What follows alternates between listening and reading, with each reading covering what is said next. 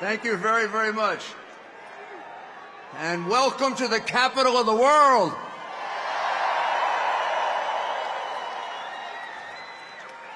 That's not me.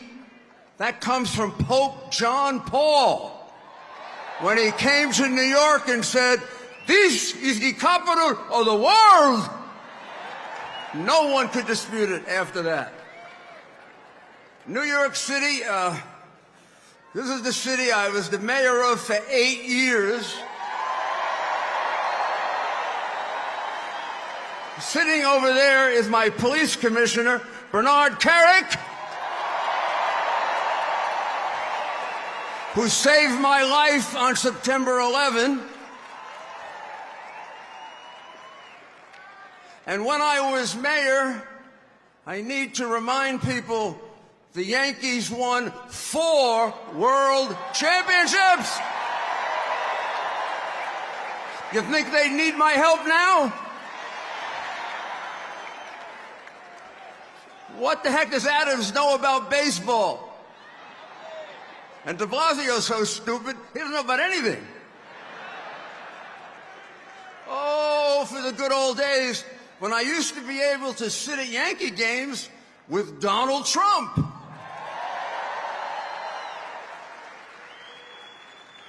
And George Steinbrenner would make us pay for our peanuts. No, he was a great friend of both of ours. And he shared in common with Donald Trump something that I know as the mayor that many people don't know, and they probably don't realize why I get so angry when he's attacked and demonized. This is a very charitable, very good man. Yeah, I know he was a great president, but this is a very good man. He and George Steinbrenner would step up anonymously every time a police officer not just killed but hurt, every time a firefighter not just killed but hurt, every time something horrible happened in the city, they would call, they would offer services, money, help, a hotel room. And when I wanted to make it public, they would say no, because they said that you got to save that. The credit you get for that, you get from God. If you make too much of it here, it gets used up.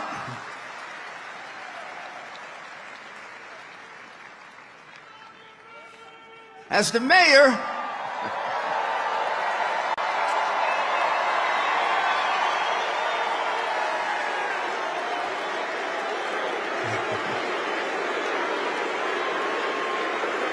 thank you.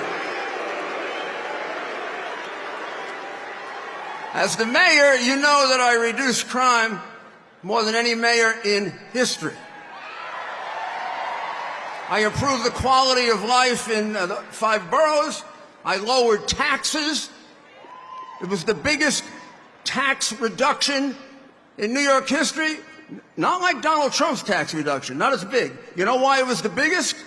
It was the only one. I mean, I was only the 3rd Republican mayor in 100 years. And we carried out the biggest welfare to work program in the world. We had 1.3 million people on welfare, and when I turned over the city to Mike Bloomberg, it was down to 500,000, and almost all of them were working. That word working is anathema. It frightens Harris. It frightens Biden. It frightens the radical Democrats today. None of these people they're giving money to they require to work because they don't care about them, because they don't love them, because what are they? They're votes. Who cares if they don't learn a trade or have a job? We gather here today in the middle of Midtown Manhattan, and this is the most iconic venue of venues in the United States. This is where This is where a Republican's not supposed to come, which is why Donald Trump came here.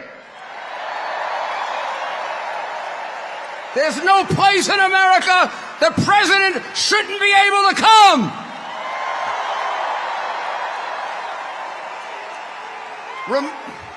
Remember New Palestine? Remember New Palestine? When they had the subway derailment? Place was horrible. People are still dying. He went there. I went there. I did my television show from there. It took Biden a year to go there because those people are deplorables. Like you, like me, we're deplorables. We don't count. The Hollywood stars count. The big money counts. 20 million from China counts. But we don't count.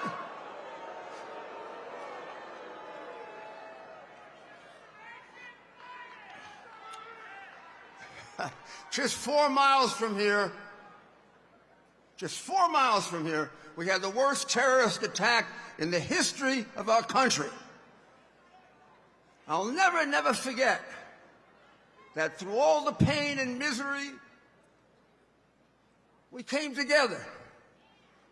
Places of worship, hundreds of funerals, praying to God. What's happened to God? We don't pray to him anymore. We're not allowed to.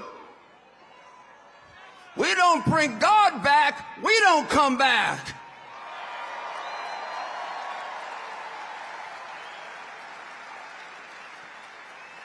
September 11 was our darkest hour. October 7 was Israel's darkest hour. They are our best friend. I worked for Ronald Reagan for 8 years. Ronald Reagan said, we have to be there for Israel always because they are always there for us. Hamas is not there for us. Iran is not there for us. They want to kill us. And the Palestinians are taught to kill us at 2 years old. They won't let a Palestinian in Jordan. They won't let a Palestinian in Egypt. And Harris wants to bring them to you. They may have good people. I'm sorry, I don't take a risk with people that are taught to kill Americans at 2. I'm on the side of Israel. You're on the side of Israel. Donald Trump's on the side of Israel. And they're on the side of the terrorists. Like me, President Trump grew up here. He's a New Yorker.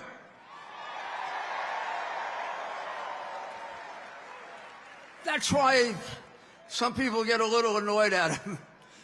He speaks his mind. But wouldn't you rather have a president that communicates with you than one who sits in a basement babbling? Or another one who, when asked, why do you want to be president? She says,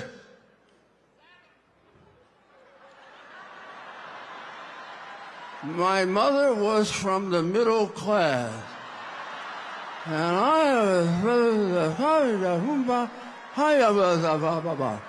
then CBS puts in something done by a Harvard PhD. I want to be president. Even that was stupid, the one they put in, but at least it was in English. In any case, maybe you don't like what Donald Trump says sometimes. Maybe you don't agree with it. But I'll tell you what, you always know what he's thinking. And we need that from a president. He built a great empire here. He built a great real estate empire. He built some of the most iconic buildings in New York. That skyline wouldn't be as beautiful without him. That's enough for a man's lifetime. That's enough. He's built some of the greatest golf courses in the world. He's had and created for himself a privileged life. And here he is fighting 24 hours a day, twice almost murdered. Twice! And why is he doing it? For you, for me, to save our country.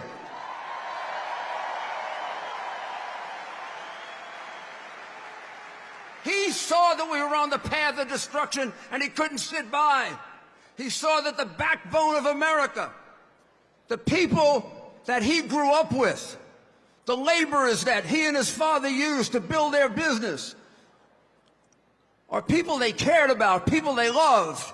People say, well, how can this billionaire relate to regular people? Because he is a regular person. His father taught him how to relate to everyone.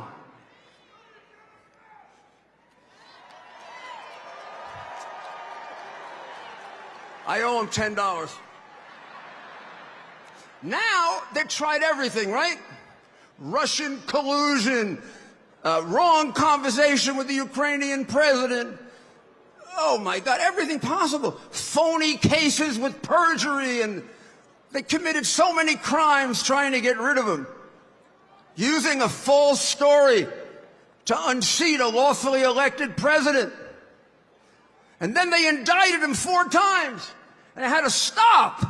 If they indicted him one more time, he'd have been elected by acclamation.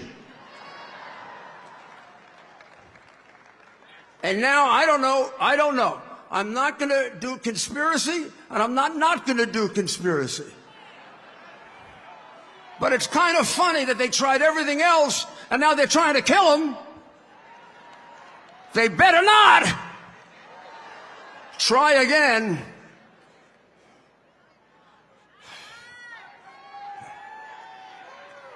Donald Trump answered the question without a doubt as to who can lead us out of this morass of socialism, fascism, and communism that the Biden regime has put it in. He answered it, in so many speeches and so many rallies, and in the great work that he did as president 4 years ago. I don't have to ask you, are you better off now than you were 4 years ago? There are a few people in a nut house who think they are. Otherwise, we all know things cost more. Donald Trump gave them a world at peace. They're giving us a world at war.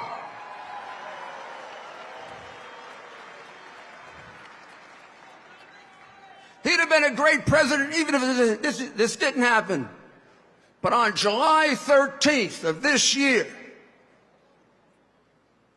after he came this close to death, when he was down on the ground, he couldn't possibly have any idea how bad it was.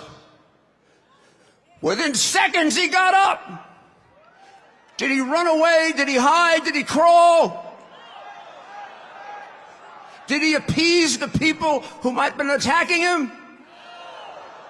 He stood up, and he thought about you and me. I was really worried about him. And then when we saw him say, fight, fight, fight, fight, fight, that's the man to lead us back to the America we love.